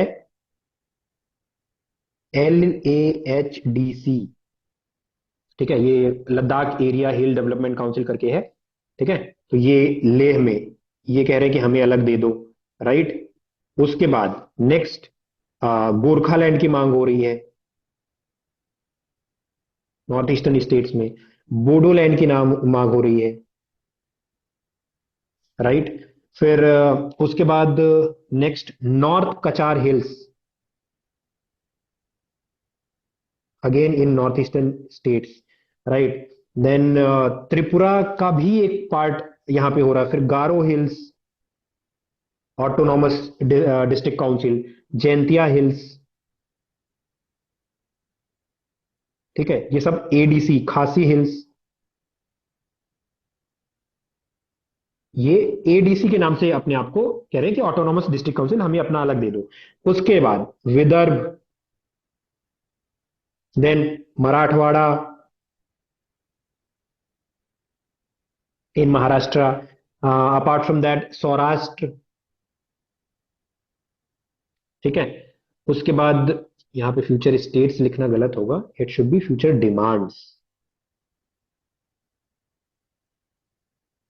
है ना, राइट। सौराष्ट्र है। Then apart from that Hyderabad भी बोल रहा है अपना अलग, ठीक है। कर्नाटका में भी अलग चीजें चल रही हैं, ठीक है। हैदराबाद भी अपना अलग स्टेटहुड वापस से कह रहा है कि हमको वहीं जाना है, ठीक है, जो पहले था। तो ये तो मेजर हो गए। माइनर अगर आप जोड़ोगे ना, देयर आर एटलीस्ट 50 तो नहीं बट 20 से 25 डिमांड्स है, ठीक है। तो मांगे बहुत सारी हैं, तो मोदी जी अब किसकी किसकी मांग भरेंगे, है ना। तो हो नहीं पाएगा अभी, right. Done. Yes sir. Yes बोलो, सर। कोई दिक्कत यस इस सर। पूरे टॉपिक में? कोई दिक्कत? No, sir. पक्का? All clear, sir. Ready for the test in Telegram? हाँ सर। Yes, है? sir. No sir? Yes sir. ठीक है, Yes, sir. ठीक है। देखो मैं तो दूंगा, अगर अपना भला चाहते हो तो आ जाना टेलीग्राम पे। और वहां करना ही क्या है वैसे भी, आज किसी का ना किसी का मैच होगा, लगा लेना और उसको देखते देखते आ जाना। ये है हमारे देश की मौजूदा तस्वीर, ठीक है। ये था मौजूदा तस्वीर। इसके अंदर आपके पास 28 स्टेट्स और 8 यूनियन टेरिटरीज देखने को मिल जाएंगे, राइट। ठीक है, ये हमारा प्यारा देश भारत, ठीक है। अब जैसे कि अगर हम थोड़ा सा जल्दी से एक बार क्विक यहाँ पे कर लें, खाली 2 मिनट और आपके लूंगा। नंबर ऑफ स्टेट्स और सॉरी स्टेट्स और यूनियन टेरिटरीज की एक बार काउंटिंग कर लेते हैं, राइट। सबसे पहले ब्लैक से मैं स्टेट्स को लिखूंगा और ब्लू से यूनियन टेरिटरीज, राइट। तो Himachal Pradesh first state, right. Uttarakhand दूसरा स्टेट, पंजाब इज तीसरा स्टेट, राजस्थान इज चौथा स्टेट, हरियाणा इज पांचवा, राइट। उत्तर प्रदेश इज छठा, seventh MP, Gujarat eighth, Maharashtra ninth, Goa tenth, then Karnataka 11th, Kerala 12th, Tamil Nadu 13th, 14th is Andhra, 15th is Telangana, 16th is Chhattisgarh, 17th is Odisha, right? Then ये चलो एक काम करते हैं, थोड़ा और इसको आसान बना देते हैं आपके लिए। हम उसी ऑर्डर में लिखते हैं जिस ऑर्डर में इंडिया में इनका फॉर्मेशन हुआ है, ठीक है। तो पहले 1 से लेके 14 तक कौन से हैं, चलो बताओ एक एक करके, 1 to 14। आंध्र प्रदेश अलग। ठीक है, चलो 1 पे हम रख देते हैं आंध्र प्रदेश को। नंबर 2 बॉम्बे से। बॉम्बे नहीं है भाई यहाँ। 1 से 14 इनिशियल वाले 1 से 14 याद करो। सर महाराष्ट्र। महाराष्ट्र भी नहीं है इसमें। महाराष्ट्र और गुजरात अलग हुए थे आसाम 1960 में, सर, पहले आसाम। बॉम्बे था। सर ठीक है, चलो आसाम। 2 नंबर पे हमने असम रख दिया। और बताओ। बिहार। बिहार है 3 नंबर पे। और बॉम्बे। बॉम्बे राजस्थान। नहीं है मेरे भाई। चौथे नंबर पे राजस्थान रख दिया, ठीक है। Uttar Pradesh. Fifth is Uttar Pradesh, sixth west Bengal. Is west Bengal, ठीक है। सर ये किस डिवीजन के हिसाब से? ये 1956 में जब स्टेट्स रिऑर्गेनाइजेशन एक्ट के बाद 14 स्टेट्स और 6 यूनियन टेरिटरीज थी, उस टाइम पे 14 स्टेट्स कौन कौन से थे? मध्य प्रदेश। मध्य प्रदेश भी है, ठीक है, 7th हो गया। और मैसूर। मैसूर। मैसूर है, ठीक है, 8th हो गया। और मद्रास। 9th हो गया। हरियाणा। और हरियाणा उड़ीसा। था 14, ओरिजिनल 14 स्टेट्स में था हरियाणा। नहीं सर, नो उड़ीसा। सर। फिर गोवा सर, गोवा। अभी गोवा तक भी नहीं नहीं था है भाई, भाई। गोवा 1961 में। सर उड़ीसा। केरला। हम्म उड़ीसा। केरला था, यस। कितने हुए? 9 और 10th हो गया केरला, तमिलनाडु। ठीक है। Orissa is 11th। और पंजाब। Punjab is Madras, 12th। पंजाब। केरला। और एमपी। हो गया एमपी। और बताओ। गुजरात। गुजरात और महाराष्ट्र एक ही थे, बॉम्बे था। चलो ठीक है, जो बॉम्बे बोल रहे थे, चलो ठीक है, उसको भी मैं हम कंसिडर कर लेते हैं। इट वाज एक स्टेट ओनली, बॉम्बे। ये 13 था बॉम्बे इनिशियली। जम्मू कश्मीर। सिक्किम। सिक्किम 1975। जम्मू कश्मीर सर।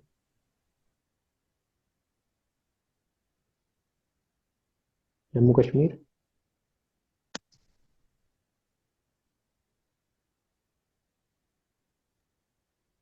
पंजाब। हो तो गया भाई, पंजाब जम्मू कश्मीर हो तो गया, हो गए 14। नागालैंड। नागालैंड नहीं था। आंध्र प्रदेश, असम, बिहार, बॉम्बे, जम्मू कश्मीर, मैसूर जो कि कर्नाटका की जगह पे मैंने लिख दिया है, मद्रास जो कि तमिलनाडु की जगह पे है, पंजाब, राजस्थान, उत्तर प्रदेश, वेस्ट बंगाल, केरला एंड प्रदेश। ये जो आपको 14 स्टेट्स दिख रहे हैं, ये थे इनिशियल 14। अब हम 15वें से शुरुआत करते हैं, राइट। 15वां स्टेट कौन सा था? गुजरात। सर महाराष्ट्र। गुजरात था। No, Maharashtra. It was not Maharashtra. Yes sir, 15th Gujarat. 15th was Gujarat ना, yes sir. Yes sir. Right. 16th was Maharashtra, Nagaland. Right. मतलब 16 वो अलग was अलग हुए थे। Nagaland sir. 16th was Nagaland, sorry, ठीक नागालैंड। है। 16th वॉज नागालैंड, ठीक है। Then 17 Haryana. Haryana. 17th was Haryana. Haryana. 18th then was Himachal. 18th 18th Himachal. Was Himachal. Then 19th Manipur. 19 20 Manipur. 20 Tripura. 21st Meghalaya. 19th Manipur, 20th Tripura and 21st 21st Meghalaya. Meghalaya. 21st Meghalaya. Then Sikkim. Sikkim. Sikkim is 22nd। 1975 रॉ ने क्या आया था? 23rd। Mizoram. 23rd is Mizoram. Then Arunachal 24 Pradesh. Pradesh. 24th is Arunachal Pradesh. Then Goa. Goa. Goa. 25th is Goa. Then Chhattisgarh. Chhattisgarh. 26 number पे, ठीक है। Then Uttaranchal. Uttarakhand. Uttarakhand. 27, Jharkhand. Jharkhand. 28। Andhra फिर प्रदेश। तेलंगाना। आंध्र तेलंगाना। प्रदेश तो पहला है भाई, तेलंगाना है 24। तेलंगाना। ठीक है, yes sir. Right. So these are the 29 states. अब इन 29 स्टेट्स में से एक स्टेट आपका हट गया, ठीक है, राइट। कौन सा? जम्मू कश्मीर। जम्मू कश्मीर हट करके और यूनियन टेरिटरी में कन्वर्ट हो गया, ठीक है। यूनियन टेरिटरीज कौन कौन सी हैं? यूनियन टेरिटरीज में आपके पास अंडमान है, इधर नई दिल्ली है, मतलब दिल्ली है, उसके बाद थर्ड में चंडीगढ़ है, फोर्थ में जम्मू कश्मीर है, फिफ्थ में लद्दाख है। यहां मैंने 29 स्टेट्स लिखे हैं, तो कंफ्यूज मत होना सर, पुडुचेरी। आपने 20, ठीक है। देन वी हैव पुडुचेरी, कितने हो गए? 5 हो गए ना। Puducherry Andaman 6, and Nicobar. Lakshadweep is 7th and 8th is Dadra and Goa. Nagar Haveli and Daman Diu. Andaman and Nicobar हो तो गया, पहला ही लिखा था मैंने। There are 8 of them.